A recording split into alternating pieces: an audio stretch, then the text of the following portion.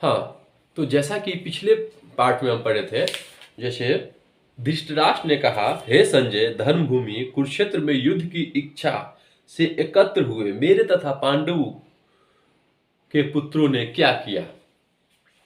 इस पर धृतराष्ट्र को संजय कहते हैं, हे राजन, पांडु पुत्रों द्वारा सेना की व्यूह रचना देखकर राजा दुर्योधन अपने गुरु के पास गया और उनसे ये शब्द कहे।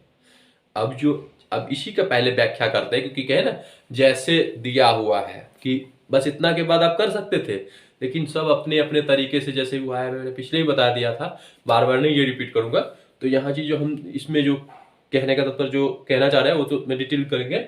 तो इससे पहले यहाँ पे हम बना लेते हैं, ठीक है, ताकि समझ में आ जाए। ये हो गया आपका पांडु, ये हो गया कौरव, मतलब पांडव की सेना, पांडु की और कौरवों के। इसमें ये सब सेना हो गया, ये सब क्या है, सेना। इधर भी कौरवों की सेना हो गया, ठीक है। और ये पूरा भूमि क्या हो गया, कुरुभूमि, मतलब कुरुक्षेत्र। और धर्मभूमि भी इन्हें कहा गया है। और ये लाइव टेलीकास्ट जो यहाँ पे जो हो रहा है, तो वो तो आपको पिछले में पता ही है, कौन, संजय देख रहे हैं और किनको बता रहे हैं, धृतराष्ट्र को। तो यही धृतराष्ट्र और संजय में भी संवाद हो रहा है। और यहाँ भगवान श्री कृष्ण और अर्जुन ले लेते हैं, इधर दुर्योधन लेते हैं, भीष्म पितामह लेते हैं। वैसे बहुत सारे आएंगे, तो जैसे जैसे आएगा उसके टॉपिक समझाते जाएंगे। तो फिलहाल अभी देखिए, अभी यहाँ पे चारों बगल सब सेना है, सभी महारथी, सबके नाम अभी मैंने कहा ना, जैसे जैसे टॉपिक में आएगा आपको मिलते जाएगा, क्योंकि यहाँ पे स्टेप बाय स्टेप में व्याख्या किया है, ठीक है। तो एक ही में तो पूरा, क्योंकि आजकल अर्थ अनर्थ बहुत कुछ निकल रहा है ना कहने का तात्पर्य। तो देखिए, तो संजय ने कहा, हे राजन, संजय मतलब यहाँ का माहौल देख के संजय किसको बता रहा है, धृतराष्ट्र को, हे राजन, पांडु पुत्रों द्वारा सेना की व्यूह रचना देखकर राजा दुर्योधन अपने गुरु के पास गया। अब ये राजा दुर्योधन, ये इधर दुर्योधन है, ये डी याद रखिए दुर्योधन है, ये अपने गुरु के पास गया। तो गुरु कौन था, गुरु द्रोणाचार्य, ठीक है, ठीक है। और इसमें सभी के पास गए होंगे, लेकिन यहाँ पे गुरु द्रोणाचार्य, गुरु के पास गए और उनसे क्या शब्द कहे, ठीक है, मतलब कहे उनसे ये शब्द कहे। अब वो जो कहने वाले हैं ना, तो वो डायरेक्ट कह सकते हैं, लेकिन इसके बाद इस तत्व की व्याख्या है यहाँ पे। बस, हे राजन, पांडु पुत्रों द्वारा सेना की व्यूह रचना देखकर राजा दुर्योधन अपने गुरु के पास गया और इनसे ये शब्द कहे। अब इसकी व्याख्या जो क्या है देखिए, तात्पर्य, ठीक है, ठीक है, ये देखिए समझ में आना चाहिए, पता नहीं, हाँ। तो कहता है, धृतराष्ट्र जन्म से अंधा था। अब देखिए यहाँ पे डायरेक्ट ही बता सकते थे, ठीक है, तो कोई नहीं, कहते हैं ना क्लियरिफिकेशन, ये चीज होता है,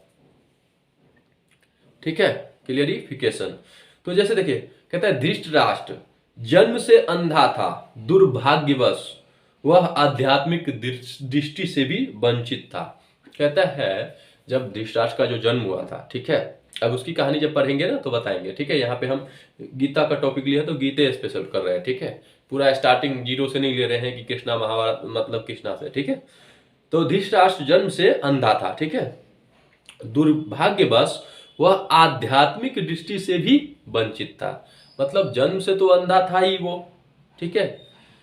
और इसके बाद क्या कह रहा है वो, मतलब भगवान, मतलब पूजा पाठ के समय में इसमें भी ज्यादा वो ध्यान, मतलब कहने का तात्पर्य उनका ये कह रहे हैं, ये यहाँ पे आध्यात्मिक दृष्टि से भी वो क्या था, वंचित था, मतलब पूरी तरह क्या, मतलब ठीक से ज्ञान नहीं था इसको आध्यात्मिक, ठीक है, वेद इस सब का ज्ञान।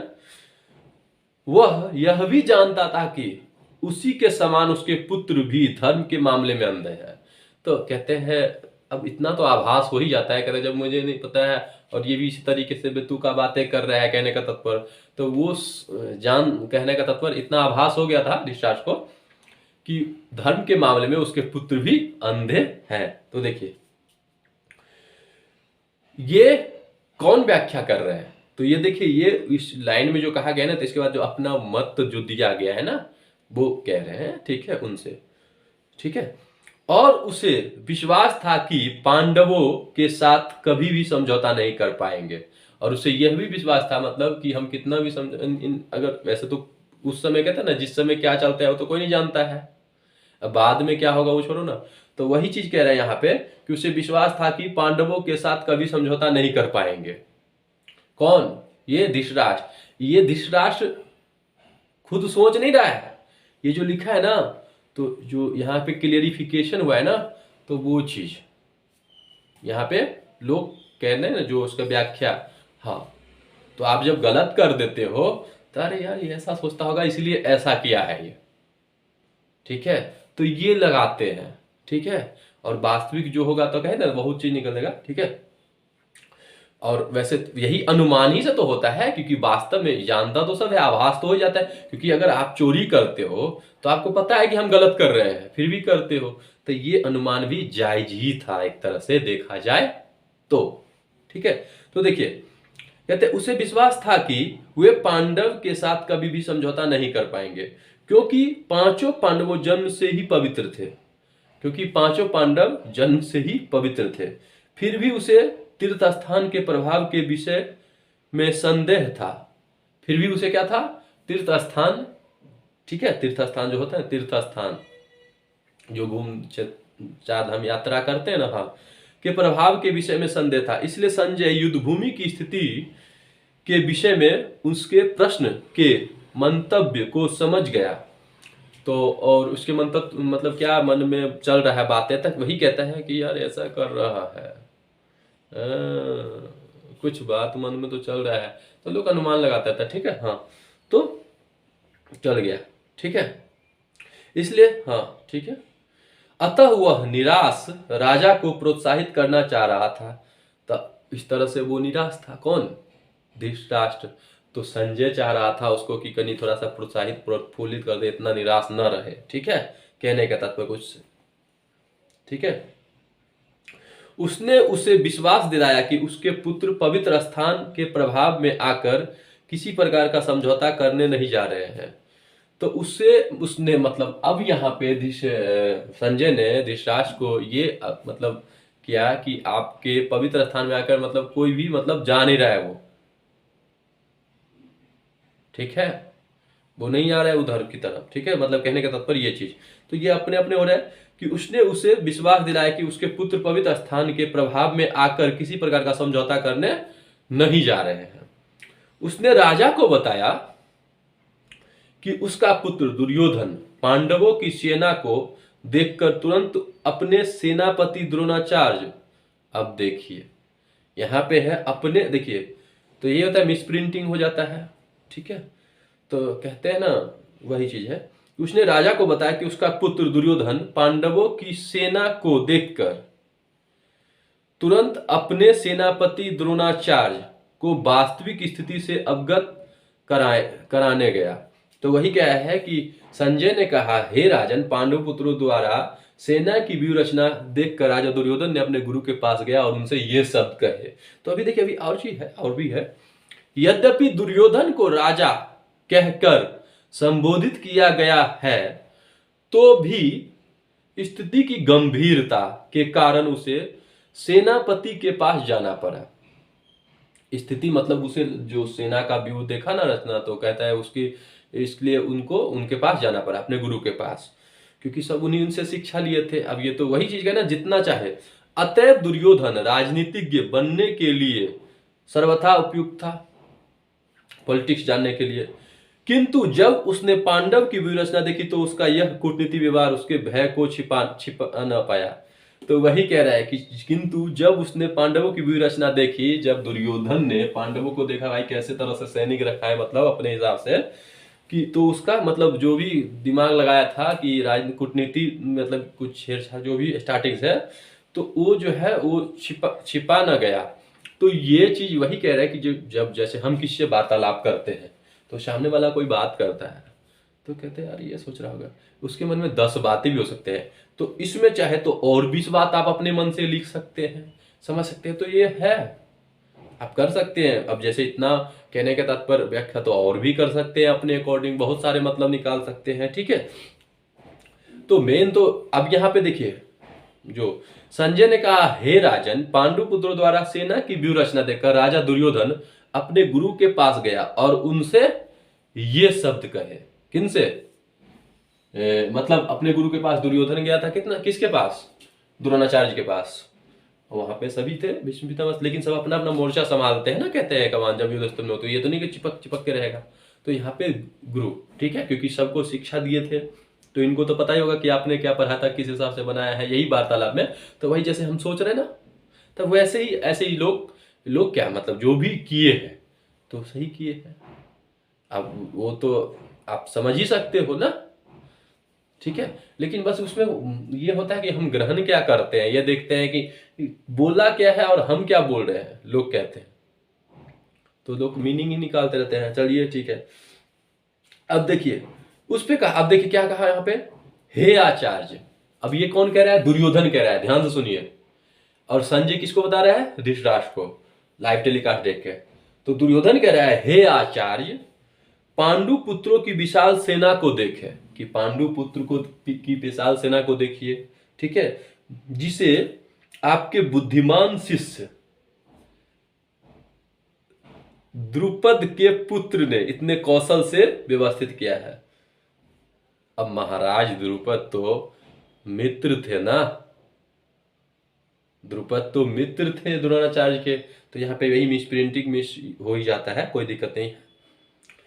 तो जिसे आपके बुद्धिमान शिष्य, ठीक है, अब यहां देखिए बुद्धिमान शिष्य, तो द्रुपद के धृष्टद्युम्न थे, हाँ, तो बुद्धिमान शिष्य धृष्टद्युम्न, ठीक है, ने इतने कौशल से व्यवस्थित किया है, ठीक है। तो यही है, तो जब ये यहाँ पे लिख दिया द्रुपद के पुत्र, तो ऑटोमेटिक धृष्टद्युम्न हो गया, ठीक है। तो एक ही चीज है, तो मिस प्रिंटिंग मिस वॉइसिंग में उसमें कोई ऐसी होता रहता है, ठीक है, तो उसको ज्यादा सीरियस नहीं लेना है, ठीक है। हाँ, तो ये अपना, हाँ, कॉमन सेंस होता है थोड़ा सा। हाँ, अब देखिए इसमें जो क्लियरिफिकेशन है, ठीक है, तो दुर्योधन ने कहा किसको? द्रोणाचार्य को, ठीक है, कि आपके मतलब यहाँ पे जो है बुद्धिमान शिष्य द्रुपद के पुत्र, ठीक है, ने इतने कौशल से, बस यानी धृष्टद्युम्न ने, ठीक है। हाँ, अब देखिए कहते हैं तात्पर्य, अब इस लाइन का, परम राजनीतिज्ञ दुर्योधन, परम, अब कह दिया यहाँ पे दुर्योधन को परम राजनीतिज्ञ, ठीक है। अब उनके पीछे तो शकुनी मामा का हाथ था, समझ रहे ना। कहते हैं परम राजनीतिक दुर्योधन महान ब्राह्मण सेनापति द्रोणाचार्य के दोषों को इंगित करना चाहता था। परम राजनीतिज्ञ दुर्योधन महान ब्राह्मण सेनापति द्रोणाचार्य के दोषों को इंगित करना चाहता था, कि उनके दोष को कहता था, कि बताना चाहता था कि गलती सही, कहता नहीं ये चीज नहीं करना चाहिए, ये चीज समय समय को अपना अपना कहे ना, बस अब तात्पर्य दे सकते हो। अर्जुन की पत्नी द्रौपदी के पिता राजा द्रुपद के साथ द्रोणाचार्य का कुछ राजनीतिक झगड़ा था। तो ये तो सबको पता है, वो गाय को लेके हुआ था, मतलब जब मांगने गए थे तो वहां पे। नहीं पता है तो आप जब रामायण सीरियल सब देखते होंगे, आजकल सब सीरियल में किस जो सीरियल बना जिसके नाम से वही महान है, आज के डेट में वही है, जो सीरियल जिसके नाम से बना वही महान है। हाँ, ठीक है, एक्शन सब कुछ, तो यही चीज है। तो द्रोणाचार्य का कुछ राजनीतिक झगड़ा था। इस झगड़े के फलस्वरूप द्रुपद ने एक महान यज्ञ संपन्न किया। तो जो झगड़ा था, कहने का तात्पर्य यहाँ पे, तो यहाँ पे कह रहे हैं महान यज्ञ संपन्न किया द्रुपद ने, जिससे उसे एक ऐसा पुत्र प्राप्त होने का वरदान मिला जो द्रोणाचार्य का वध कर सके। तो वही है, धृष्टद्युम्न और द्रौपदी ये यज्ञ से उत्पन्न हुए थे, ठीक है। तो ये सब तो वही कहता है, सब कुछ होता है, लेकिन कुछ एक्शन सीक्वेंस ऐसा दिखाता है कि लोग उसको भी सही मानने लग जाते हैं। तो एक्चुअल वही कह रहे हैं ना, तो कभी कभी लोग कहते हैं क्या सही है, क्या सही है, अभी भी कह सकते हैं क्या सही है। तो भाई गणित पढ़ते हो तो क्या सही है, मैं नहीं मानता। आजकल डायरेक्ट बोलता है 2+2 इसको हम बराबर 8 लिखता है, 2+3 बराबर, मैं उदाहरण समझा रहा हूँ, घबराना मत, 9 लिखता है, तो 2+9 बराबर कितना लिखेंगे, वाट। तो अपनी मर्जी है, आजकल यही हो रहा है ना, वैदिक मैथ सिस्टम, दिमाग लगा, क्या दिमाग लगा, तो कुछ कह नहीं सकते, ठीक है। अभी प्रोसेसिंग का। तो अभी हम गीता पढ़ रहे हैं, तो ठीक है, समझ रहे ना। हाँ, तो देखिए मतलब, तो ऐसे झगड़े के फलस्वरूप दुर्योधन ने एक महान यज्ञ संपन्न किया, जिससे उसे एक ऐसा पुत्र प्राप्त होने का वरदान मिला जो द्रोणाचार्य का वध कर सके। मतलब हाँ, द्रोणाचार्य इसे भली भांति जानता था। द्रोणाचार्य अब भाई योगी थे, ठीक है, योगी तो थे ही, तो उनको तो इतना था कि क्यों किया है, कैसे किया है, आइडिया लग ही जाता है। जैसे कहते हैं ना, कोई कुछ करता था भाई, तो आभास हो ही जाता है। हाँ, तो द्रोणाचार्य इसे भली भांति जानते थे, किंतु जब द्रुपद का पुत्र धृष्टद्युम्न युद्ध शिक्षा के लिए उसको सौंपा गया, अब देखिए ध्यान से, किंतु जब द्रुपद का पुत्र धृष्टद्युम्न युद्ध शिक्षा के लिए उसको सौंपा गया, तो द्रोणाचार्य को उसे अपने सारे सैनिक रहस्य प्रदान में कोई झिझक नहीं हुई। अब ये धृष्टद्युम्न भी शिक्षा द्रोणाचार्य से भी लिए थे, तो उनको ये पता था ये मुझे ही मार देगा। मतलब एक आभास हो जाता है कि इसने यज्ञ से उत्पन्न किया है, और जो मैं इसे सैन्य शिक्षा या कोई कैसे व्यूह रचना करोगे इसे जब जो प्रदान कर रहे हैं, तो इसको मतलब गुरु को देने में कोई हिचक नहीं था। हमें देने में क्या, हम भाई गुरु है मतलब दे रहे हैं, ठीक है। तो ये तो युद्ध से पहले की बात था ना, तो वही चीज सब जो पहले जो हुआ रहता है, तो वही चीज का वहां पे पास्ट जो हुआ है ना, उसी का क्लियरिफिकेशन एक तरह से समझाया गया है। तो आप समझ गए कि ये तात्पर्य क्यों दिया गया है, और उसी में आप कुछ अपना अपना भी मत समझ गए ना। हाँ, अब धृष्टद्युम्न कुरुक्षेत्र की युद्ध भूमि में पांडवों की का पक्ष ले रहा था। अब जब वैसे तो शिष्य सभी थे, ठीक है, तो वो भी शिष्य थे, तो हो तो रहा था वही, तभी ना कहता है कि आजकल महाभारत, वही कह रहे हैं। अब यहाँ पे इनके अकॉर्डिंग चलते हैं, पॉइंट तो आएगा ही, वहां पे क्लियर करेंगे ना। अब धृष्टद्युम्न कुरुक्षेत्र की युद्ध भूमि में पांडवों का पक्ष ले रहा था। अब धृष्टद्युम्न जो था सेनापति था किनका, पांडवों की तरफ से, ठीक है।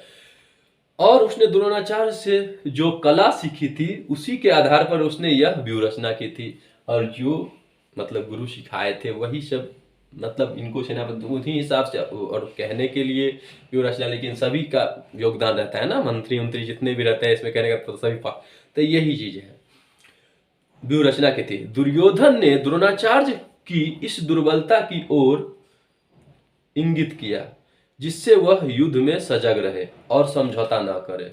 और इस तरह से दुर्योधन ने यही बात सब बताया और बोला कि आप ये नहीं उन्हें देख करके अपना अति करे और युद्ध के समझौता कर ले, ठीक है। हाँ, इसके द्वारा वह द्रोणाचार्य को यह भी बताना चाह रहा था। अब यहीं पे कह रहे हैं ना, यहाँ तो आप यहाँ पे अपना तरफ से जो लिखा है, तो वो जो कह रहे थे, तो यहाँ पे यही कह रहे हैं कि वो जो दो वर्ड बोले थे कि कितने कौशल से, मतलब आपके जो द्रुपद के पुत्र जो थे, मतलब कहने का तो फ्रेंड के मित्र पुत्र थे ना। हाँ, तो इतने कौशल पूर्वक मतलब व्यूह रचना की है, तो वही में ये सब अपने अपने पास्ट में क्या होता है उस हिसाब से आइडिया लगा करके, और अभी प्रेजेंट में जो है इस हिसाब से अपना वर्णन कर रहे हैं, ठीक है। तो वहीं पे कह रहे हैं, इसके द्वारा वह द्रोणाचार्य को यह भी बताना चाह रहा था कि वह कहीं अपने प्रिय शिष्य पांडवों के प्रति युद्ध में उदारता न दिखा बैठे।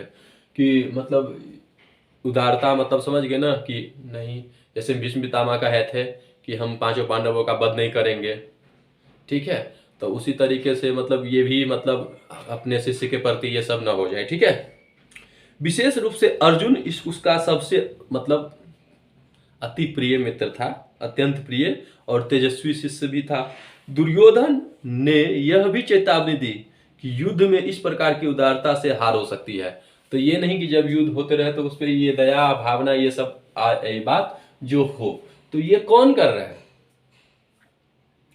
ये तो इसका व्याख्या, जैसे अब हम जो पॉइंट्स लिखा है संस्कृत का श्लोक उसको हिंदी में कर दिए, ठीक है।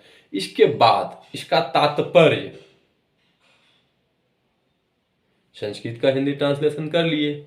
अब जैसे all that glitters is not gold बोलते हैं ना, सभी जो चमकते वो सोना नहीं, तो हिंदी का इंग्लिश कर दिए। अब उसके जो निकालते हैं ना, तो वही चीज ऐसे करके आइडिया बेस पे क्या आता है, तो वही कहता है सभी चीज वाला सिस्टम होता है। तो यहाँ पे कुछ अपनी है यहाँ पे। अब देखिए कहते हैं इस सेना में, ये कौन कह रहा है, अभी दुर्योधन ही कह रहा है, किसको, अपने गुरु द्रोणाचार्य से। और ये चीज जो वहां पे हो रहा है वो कौन बता रहा है, संजय लाइव देख रहा है।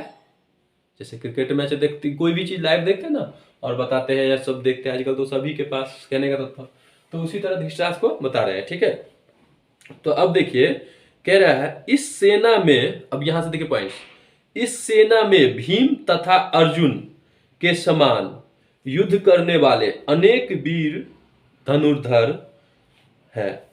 मतलब इस सेना में पांडु के सेना में, कहने का तो इन्हीं की ओर अभी अभी वार्तालाप में मैंने कहा ना, वो तो 2 ही पॉइंट वहां पे कहे थे और इसके बाद ये 2 पॉइंट कहे हैं जो अभी मैं कह रहा हूं। जैसे इस सेना में भीम तथा अर्जुन के समान युद्ध करने वाले अनेक वीर धनुधर है, यथा महारथी युयुधान विराट तथा द्रुपद। और ये जो व्याख्या तो कोई कहना अपने तरफ से, मतलब मन कैसे क्या क्यों किए, ये सब आइडिया, हाँ यही चीज है, समझ गए। तो इसके बाद यही पॉइंट से बोलता है। तो अब यहां पे है यद्यपि, इसका मतलब देखिए, अब इसका भी व्याख्या है। यद्यपि युद्ध कला में द्रोणाचार्य की महान शक्ति के समक्ष धृष्टद्युम्न महत्वपूर्ण बाधक नहीं था। अब यहां पे कह रहे हैं यद्यपि, इसी जैसे कह रहे हैं ना, इस सेना में भीम अर्जुन के समान युद्ध करने वाले अनेक महारथी रथी जितने भी है ना, सब है।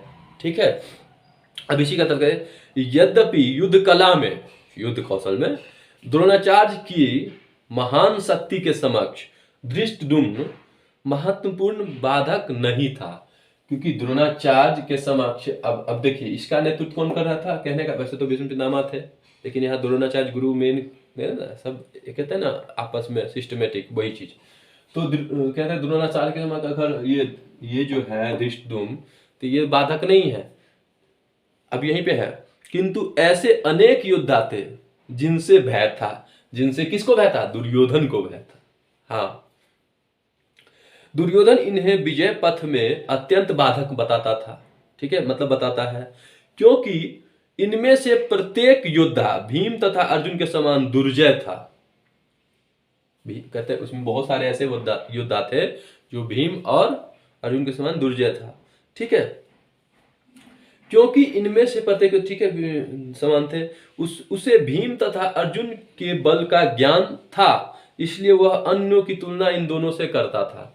तो उससे, अब देखिए, अब ए है और बी दोस्त है और इसको भी नाम सुने हैं लेकिन देखे नहीं है, लेकिन इसका तो हम देखे हैं ना, तो इससे आइडिया लगाता है भाई ये भी तो इसके ही आसपास ताकतवर होगा ना। तो वही कह रहे हैं, ये अपना मतलब जो दिया हुआ है ना, जो तात्पर्य, क्योंकि उन्होंने तो यही बोला है कि इस सेना में भीम और अर्जुन के समान बहुत सारे ऐसे योद्धा है। ठीक है, धनुधर वीर है, यथा महारथी युयुधान विराट जो भी हो, तथा द्रुपद, जितने भी एटीसी एक्सेट्रा। तो ये चीज है। अब देखिए, इनके साथ ही और इसके साथ ही जो महारथी सबके नाम लेते जा रहे हैं, तो वही चीज कहते हैं, ABCDEFGHI बहुत सा रख सकते हैं। तो जो अपना अपना रोल निभाता है ना, तो आजकल जिसपे जो बनता है वही महान है, उन्हीं को, क्योंकि जिसके जो फैन है बस उसी के अकॉर्डिंग चलते हैं। ठीक है, उन्हीं को सही मानते हैं। अब रावण के फैन है तो कहोगे रावण सही था। ठीक है, अब कहाँ सही था कहाँ गलत था, अब वो जब टॉपिक पे होता है, अब कितना कोई भी चीज, तो वही चीज है। तुलना करने वाला तो सब रंग के बात, मतलब सब स्थिति होता है, और करवट कहाँ लेता है कौन, ये तो चलो हम यहाँ पे करते हैं अभी। अब कहते हैं, देखिए ध्यान से, इनके साथ ही धृष्टकेतु, चेकितान, काशीराज, पुरुजित, कुंती भोज तथा सैव्य जैसे महान शक्तिशाली योद्धा भी है। किधर, इधर, ये योद्धा सबके नाम थे। ठीक है, अब कह रहे हैं यहाँ पे, पराक्रमी युधामन्यु, अत्यंत शक्तिशाली उत्तमौजा, सुभद्रा का पुत्र अभिमन्यु तथा द्रौपदी के पुत्र, ये सभी कौन है, महारथी है। ठीक है, ये सब इनके सेना में थे। मतलब भाई लड़ेगा तो जैसे आजकल होता है ना, तो कहते हैं भाई सब लड़के उठता है, तो वही कहता है सब इधर है। ये मतलब दुर्योधन इनको बता रहे बस, ठीक है। अब यहाँ इसका भी तात्पर्य निकाल सकते हैं, तो कुछ पॉइंट्स में तात्पर्य नहीं निकाला है, कहने का तो वही चीज है, योद्धा सबके नाम है, ठीक है। अब इसको वर्णन कर चाहता, हाँ तो ये धनुष्मान में अच्छा थे, ये इनके शिष्य थे, ये सब कुछ कहने के लिए अपने अपने ही करना है ना। हाँ तो देखिए, किंतु हे ब्राह्मण श्रेष्ठ, किंतु हे ब्राह्मण श्रेष्ठ, दुर्योधन किसको कह रहा है, द्रोणाचार्य को, किंतु हे ब्राह्मण श्रेष्ठ, सब ये अभी यहीं से अभी वार्तालाप चल रही है, किंतु हे ब्राह्मण श्रेष्ठ, आपकी सूचना के लिए मैं अपनी सेना के उन नायकों के विषय में बताऊंगा। अपनी सेना में, अब ये उनकी तो व्याख्यान कर दिया, अब कह रहा है कि अपनी सेना की जो है उन नायकों के विषय में बताना चाहूंगा जो मेरी सेना को संचालित करने में विशेष रूप से निपुण है, ठीक है। मेरी सेना में स्वयं आप, अर्थात द्रोणाचार्य, क्योंकि इनसे बात कर रहे हैं ना, हाँ, भीष्म, पितामह भीष्म, कर्ण, अब उस समय भली कर्ण नहीं थे युद्ध में, समझ रहे ना, जैसे भाग जब तक भीष्म पितामह जब तक थे युद्ध में तब तक कर्ण नहीं थे, लेकिन वो तो आएंगे, ये तो पहले से विश्वास था कि उनको आना है, तो वो तो अपने बोले थे जब तक हम भीष्म पिता, तो अपना विश्वास अपने ही दिखाता था, उनको विश्वास था ही कि वो नहीं, तो कहते हैं, तभी कहते हैं विश्वास किस तरह से, तो यहीं पे यही तात्पर्य सब निकाल सकते हैं, निकालने के लिए निकाल सकते हो कि नहीं, क्योंकि देखिए स्वयं आप भीष्म, कर्ण, कृपाचार्य, अश्वत्थामा, विकर्ण तथा सोमदत्त का पुत्र भूरिश्रवा आदि है, जो युद्ध में सदैव विजय रहे हैं, सदैव विजय रहे हैं।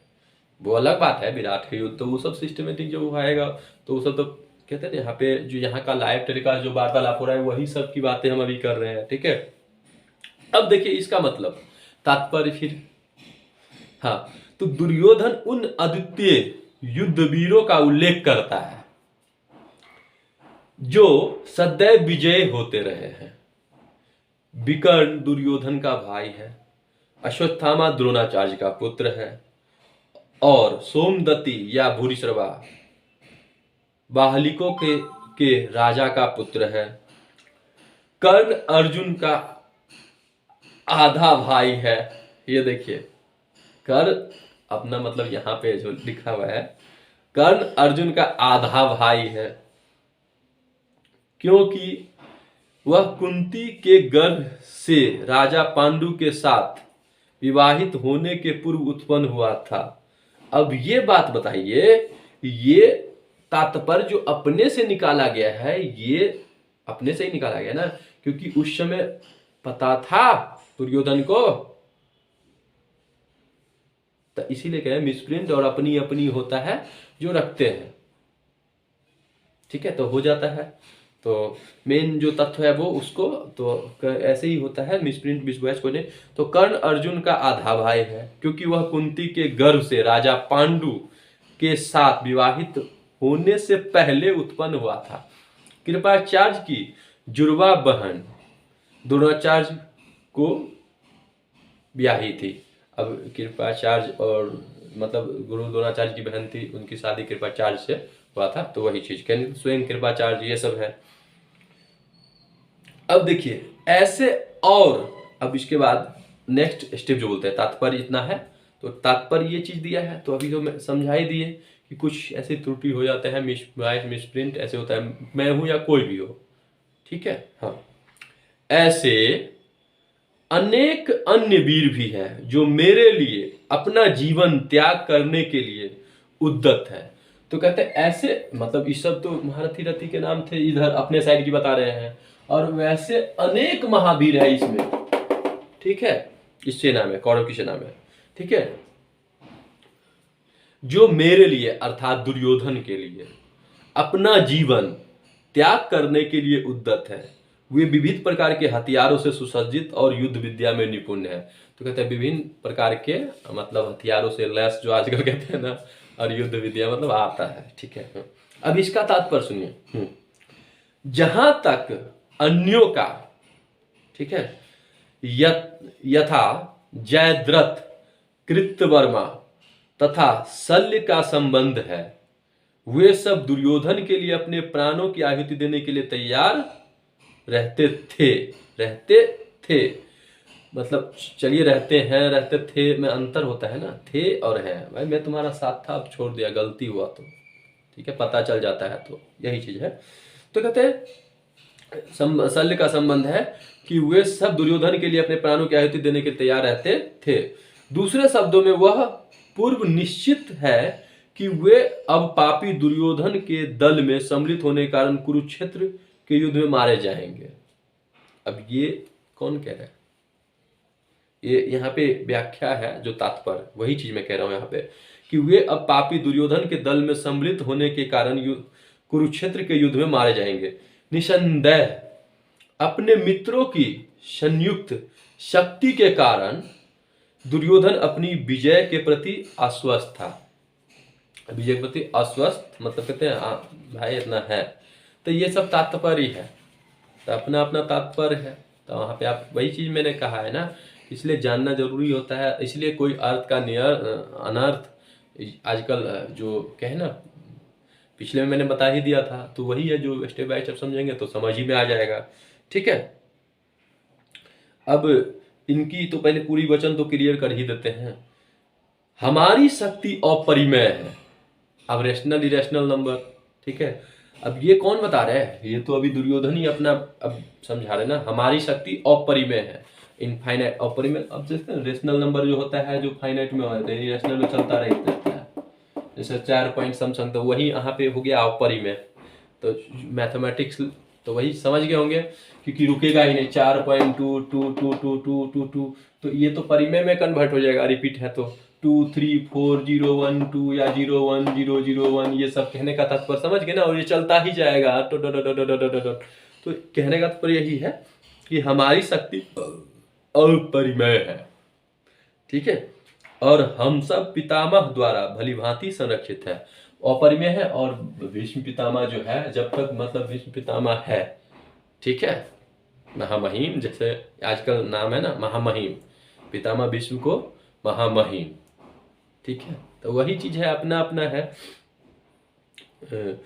तो ये तो है, आप आदर से जितना भी वर्ड नाम लो, जैसे पहले कौन सा वर्ड यूज होता था, तो इसमें कोई गलत नहीं है, ठीक है, वर्ड, ठीक है, महामहिम, ये तो महान मतलब आप लिख सकते हो, समझ सकते हो, ठीक है, ये पर कुछ, हाँ, हमारी शक्ति अपरिमेय है और हम सब पितामह द्वारा भलीभांति संरक्षित है, जबकि पांडवों की शक्ति भीम द्वारा भलीभांति संरक्षित होकर भी सीमित है।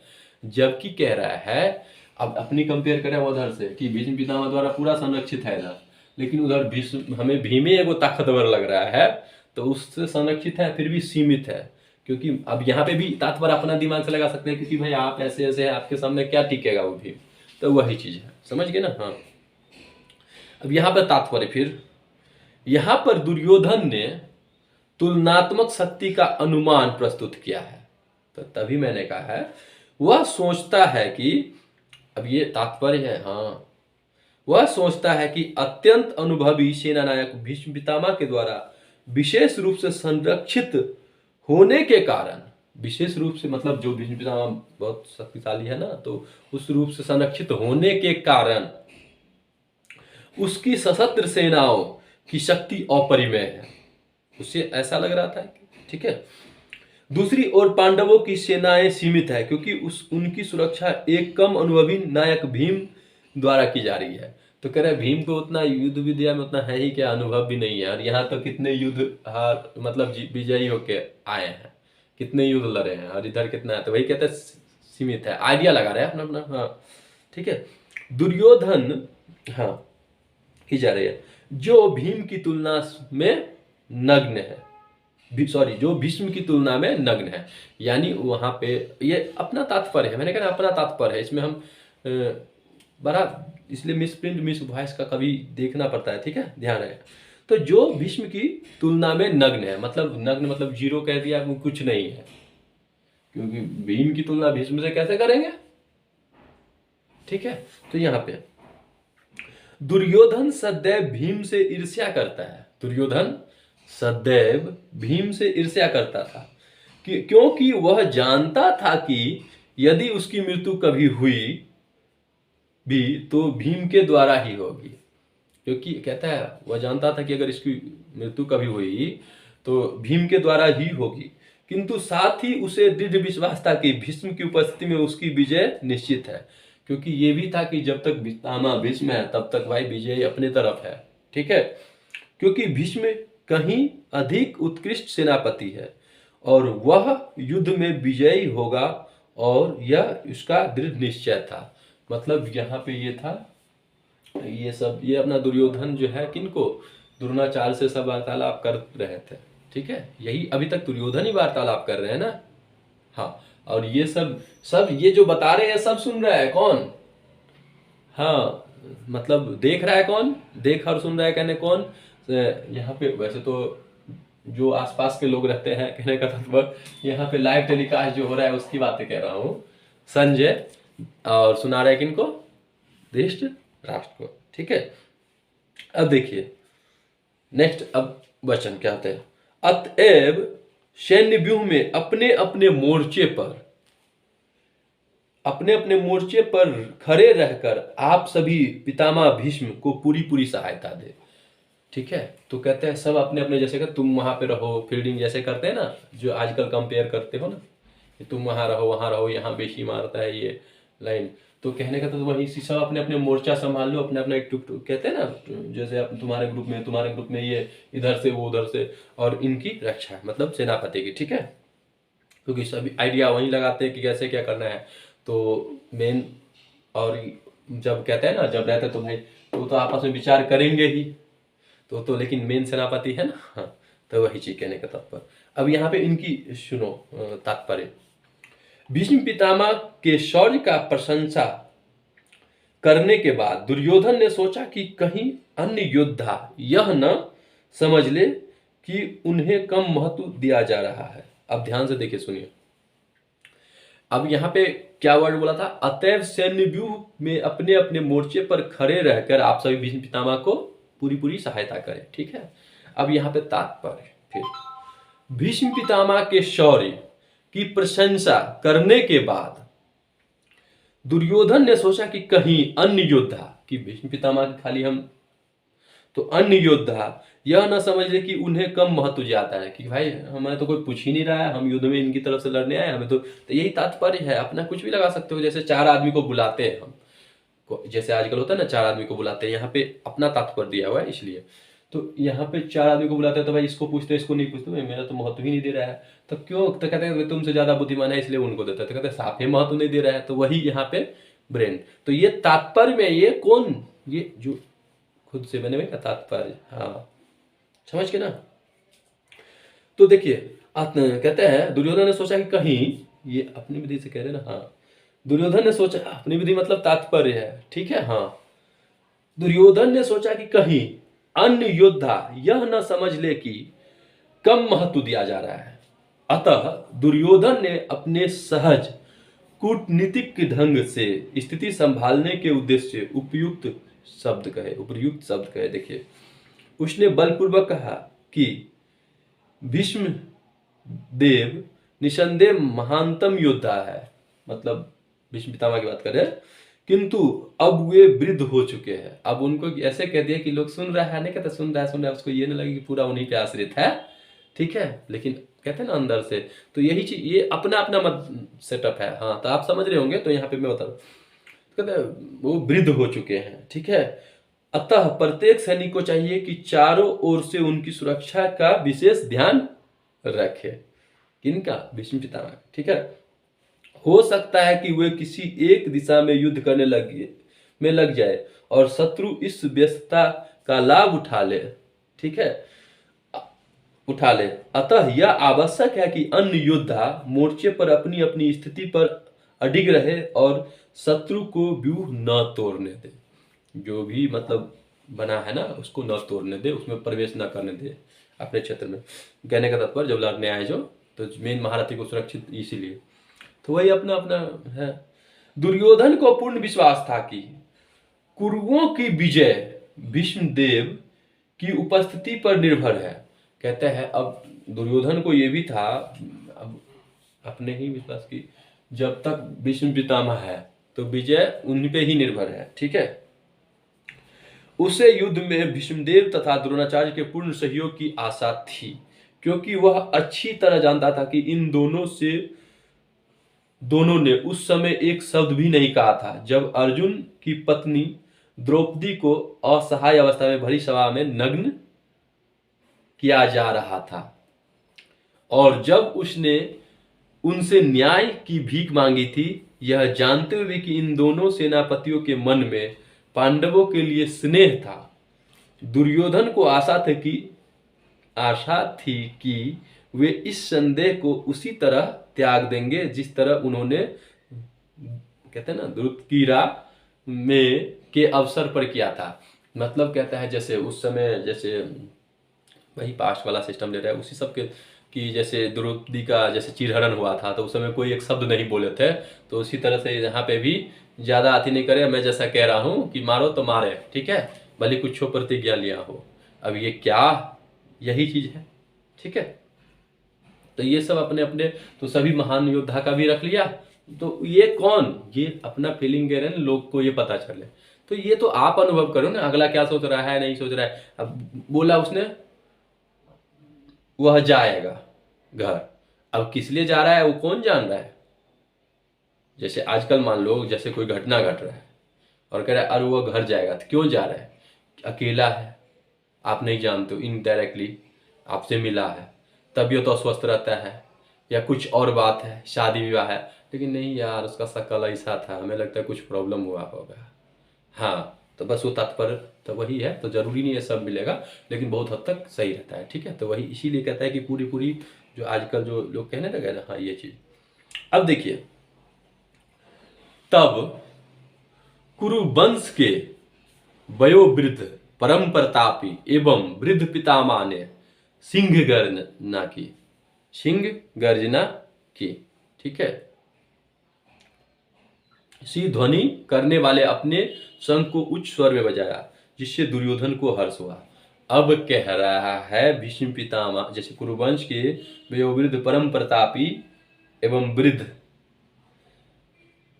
पितामह ने सिंह गर्जना की सी ध्वनि करके अपने शंख को उच्च स्वर में बजाया, जिससे दुर्योधन को हर्ष मतलब खुशी हुआ कि अब तो भाई युद्ध होगा ही, अब तो भाई अब छोड़ेंगे थोड़ी है। तो वही कहते कौन ताकतवर है, देखते हैं ना जरा। तो यही चीज सिस्टमेटिक सब ये सब। अब इसका तात्पर्य समझिए, कुरुवंश के वयोवृद्ध पितामह अपने पौत्र दुर्योधन का मनोभाव जान गए और उसके प्रति अपनी स्वाभाविक दयावश उन्होंने उसे प्रसन्न करने के लिए अत्यंत उच्च स्वर में अपना शंख बजाया, अत्यंत उच्च स्वर में अपना शंख बजाया, जो उनकी सिंह के समान स्थिति के अनुरूप था। अप्रत्यक्ष रूप में शंख के द्वारा प्रतीकात्मक ढंग से उन्होंने अपने हताश पौत्र दुर्योधन को बता दिया कि उन्हें युद्ध में विजय की आशा नहीं है। मतलब अब यहाँ पे यही है अर्थ जो भी लगा है, जब उन्होंने सिंगरना की, लेकिन वहां कह दिया कि भाई पौत्र दुर्योधन को बता दिया कि उन्हें युद्ध में विजय की आशा नहीं है, जिस तरह से उन्होंने की थी, क्योंकि दूसरे पक्ष में साक्षात भगवान श्री कृष्ण है, ठीक है। फिर भी तो ये तो कोई वचन नहीं कह रहे, ये तो अपना अपना तात्पर्य निकाल रहे हैं ना कि ये वर्ड इस पे बोला गया है। तो वही चीज मैं बार बार कर रहा हूँ, क्योंकि बार बार नहीं कह सकता अब जैसे जैसे, क्योंकि इसीलिए देखिए संस्कृत में, हिंदी में, फिर अब उसको भी तात्पर्य सभी तरह से। तो इसीलिए आजकल का जो जिस तरह का जो लैंग्वेज समझ में आ रहा है, हिंदी जैसे अधिकतर कहने का तात्पर्य, तो सब अपनी अपनी ट्रांसलेट करके कितना चाहे उतना भी कर सकते हैं, ठीक है। तो इसलिए और टाइम अपलोडिंग हर चीज होता है ना समझने के लिए, तो यही चीज होता है। तो अब देखिए क्या कह रहे हैं यहाँ पे, क्योंकि दूसरे पक्ष में साक्षात भगवान श्री कृष्ण है, फिर भी युद्ध का मार्गदर्शन करना उनका कर्तव्य था और इस संबंध में वे कोई कसर नहीं रखेंगे, ठीक है। तो यही सब तात्पर्य अपना अपना सिस्टमेटिक है, ठीक है। तत्पश्चात, इसके बाद देखिए, तत्पश्चात शंख नगारे बिगुल तुरही, जो पिपही सब जितना भी कहते हो, सिंह सहसा एक साथ बज उठे। वह संवेद स्वर अत्यंत कोलाहलपूर्ण था, मतलब इतना हल्ला हो दिया, अरे जैसे कहते हैं शादी हो रहा है उसी तरह युद्ध हो रहा है, ये भाई पूरा आ जा भाई, आप पूरा इतने जोर जोर से कहने का तात्पर्य ये। दूसरी ओर अब इधर जब हुआ, ठीक है, अब वहां से तो वार्तालाप अब तो हो गया, ठीक है, सब अपना अपना रथ में बैठ गए। अब वहां का जो घटना अब हो रहा है, ये सब अब कौन बता रहा है? जो देख रहा है। ये तो वहां पे जिसको जितना बोलना था ये बात हो गई। अब ये जो बजा रहे तो उनसे बात भी करेंगे दुर्योधन? नहीं ना। तब वो तो बोल के जो भी हो सिस्टम वहां बोल के अपना अपना रथ पे चले गए। अब उन्होंने शंख बजा ही दिया था। तो अब यहाँ पे जो भी हो रहा था, "ए, कूदेंगे फादेंगे", जो भी कहते हैं ना, कूदेंगे, जो भी लड़ेंगे झगड़ेंगे, जो भी कहने का था पर, तो यहाँ पे ये लाइव कौन देख रहा था? संजय। तो संजय किसको बता रहा था? धृतराष्ट्र को। तो यही चीज यहाँ पे है, पॉइंट्स कहने का तात्पर्य जो आजकल का सिस्टमेटिक, हाँ ठीक है, समझने की कोशिश कीजिए, ठीक है। तो अब देखिए, कहते हैं दूसरी ओर से श्वेत घोड़ों द्वारा खींचे जाने वाले विशाल रथ पर, अब देखिए दूसरी ओर, अब दूसरी ओर ये लाइव यहाँ पे अब जो हो रहा है ना, वो लाइव टेलीकास्ट कहाँ संजय देख रहे हैं और किसको बता रहे हैं? धरती पे मैं कह रहा हूँ बात, और वहाँ पे भगवान देवी देवता की अभी वही कह रहा हूँ, यहाँ पे यही सिस्टमेटिक है, समझने पे फोकस। दूसरी ओर से श्वेत घोड़ों द्वारा खींचे जाने वाले विशाल रथ पर आसीन भगवान श्री कृष्ण तथा अर्जुन ने अपने अपने दिव्य शंख बजाए। अब वो भी भाई इधर बज गया था भाई, किस बात का देर है? तो अब देखिए यहाँ पे अब तात्पर्य करेंगे तो युद्ध का आप तो हो ही गया, तो ये पार्ट जैसे नेक्स्ट में करते हैं हम, वहाँ पे पॉइंट्स, ठीक है।